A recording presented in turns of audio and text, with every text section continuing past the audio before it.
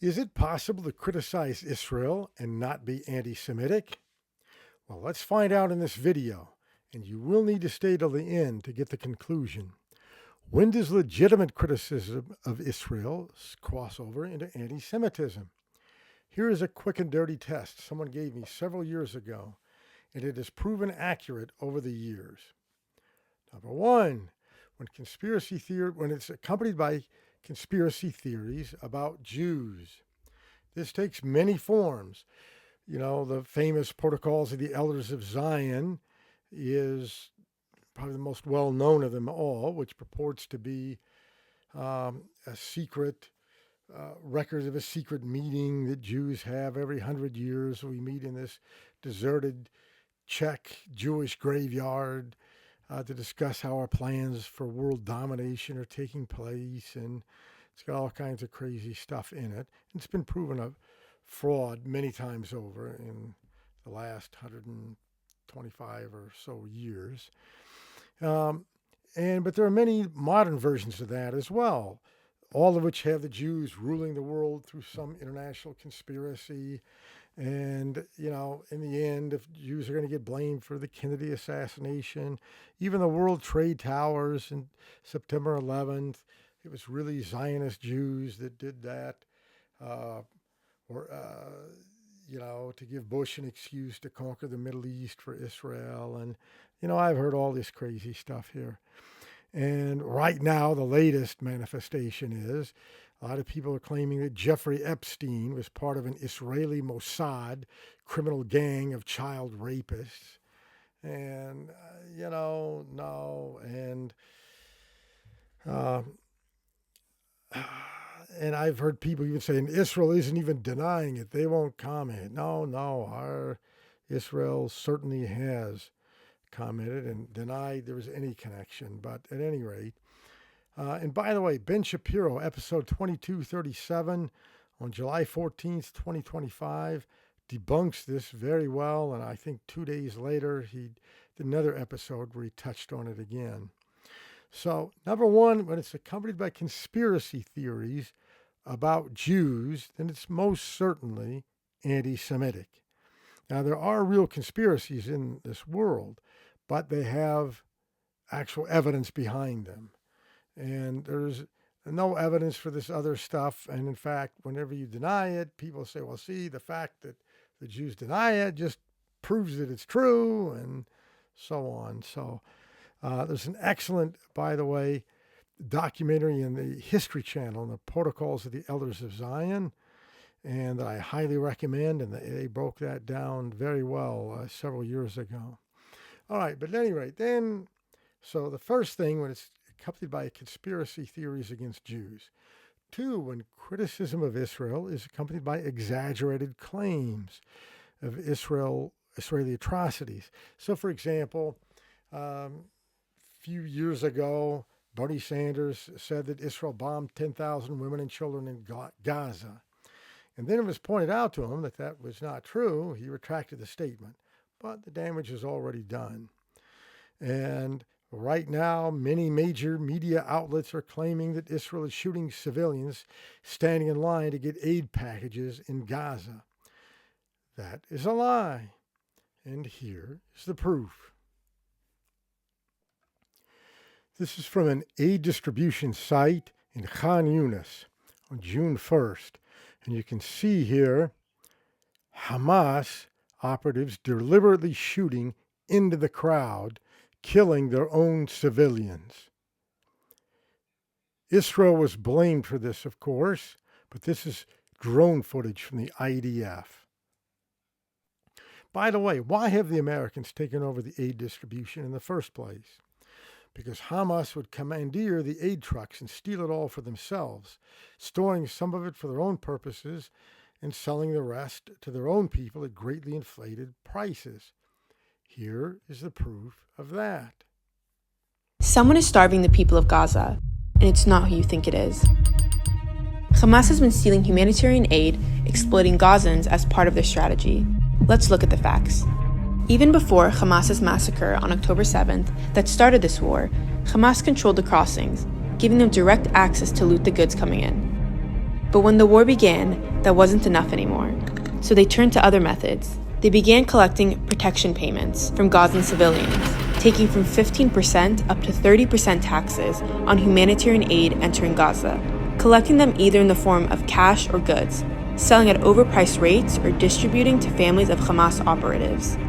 During the war, Hamas's Supreme Emergency Committee issued a direct order: divert 15% of all humanitarian aid for Hamas's own use. 7% went to Hamas's military wing, 4% to the Hamas government, and 4% to Hamas as an organization.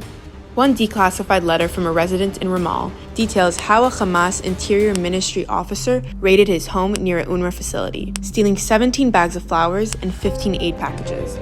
He wasn't alone. In an intercepted conversation, two Gazans described how Hamas steals aid, selling flour that once cost 60 shekels for 20 kilos for 120.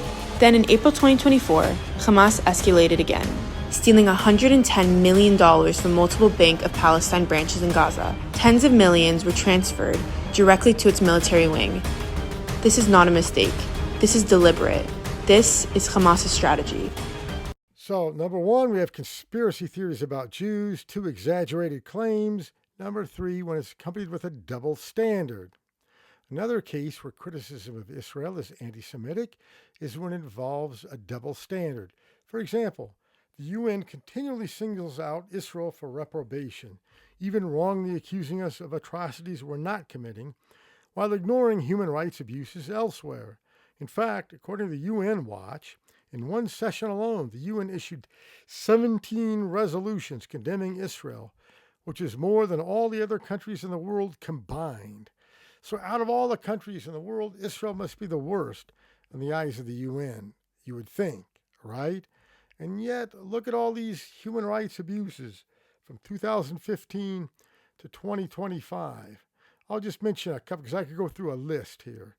But to keep the length of the video reasonable, look at Iran, violent suppression of protests, the women life, freedom movement, and so on. Look at how those have been put down. Mass arrests, torture, and executions. Look at crackdowns on minorities like Kurds and Baloch. Look at Afghanistan. Since the Taliban takeover from 2021 to the present, retakeover, I should say. We're not counting the uses before, the first time they were in power. The return of harsh Taliban rule, systematic oppression of women and girls, extrajudicial killing of former government officials, attacks on ethnic and religious minorities. You know, we could just go through the list, and I could name North Korea and Yemen and the Sudan and so on, but to keep this reasonable, right now, look what's going on in Syria. There's a suicide bomber on June 22nd at the Mar Elias Church in Damascus that killed 22 and wounded 63. And look at right now what's going on as I speak, which is the 17th of July. The Druze were being massacred. And so Israel is coming in and is defending the Druze from, by the Muslim jihadis in Syria, and is standing up for them and saving them, protecting them. Just ask the Druze themselves in Syria and Damascus and in Israel what's going on. And so why isn't anyone standing up for the Druze? Why isn't anyone standing up for the Christians in Syria? I could look at even many Christian churches and whole denominations that have statements criticizing Israel. Why don't they stand up for the Christian brothers and sisters in Syria, in Nigeria, in many other parts of the world? And so, all right. Fourthly, anti-Zionism itself is anti-Semitism. When somebody says, I'm not anti-Semitic, I'm just anti-Israel. Well, that doesn't make any sense. I'm sorry. What if I told you that I'm not anti-American? I just don't believe that America has a right to exist. Well, what is that if it's not anti-American?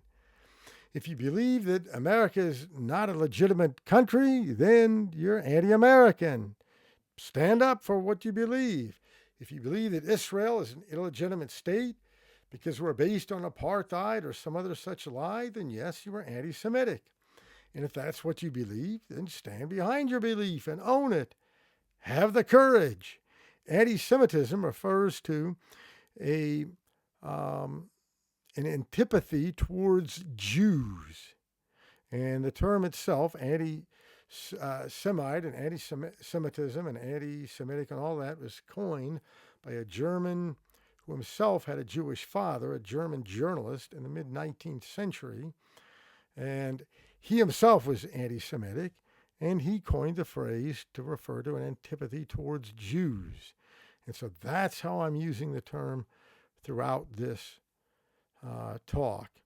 And so now you might respond to all of this by saying, but many Jews are anti-Israel and have claimed some of the very charges that you say in this video are anti-Semitic. So that can't be anti-Semitism. And my response is that the worst anti-Semites were always Jews.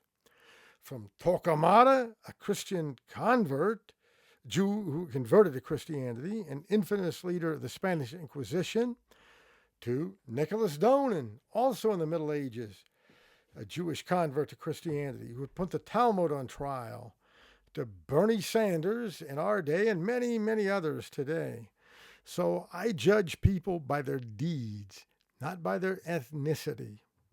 When Jews are being hunted down and assaulted all over the world, their blood is on anti-Semites for inciting violence against us. But I should point out, whenever I hear courageous Zionists, that is Jews, Christians, or Muslims, boldly standing up for Israel, often at great personal cost and for no personal gain of their own, I can only sit back in amazement and say thank you. In summary, is it possible to be anti-Semitic and to hide one's anti-Semitism behind a facade of I'm not anti-Semitic, but, and then go on and make all kinds of anti-Semitic allegations about Israel?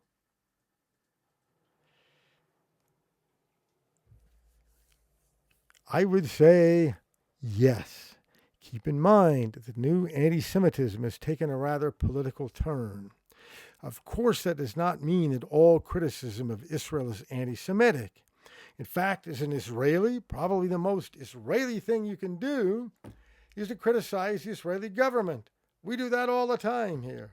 But when does legitimate criticism of Israel cross over into anti-Semitism?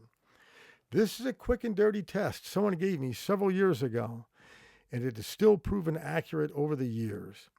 When it's accompanied by conspiracy theories about Jews, when it's accompanied by exaggerated claims about Jewish atrocities, when it's accompanied by a double standard, and finally, when somebody says that they're anti-Zionist or anti-Israel, that itself is anti-Semitism. That is the modern anti-Semitism.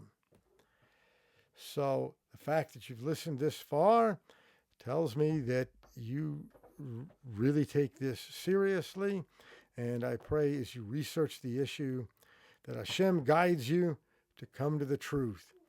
Thank you, because lives depend on it. Thank you very much, and may Hashem richly bless you.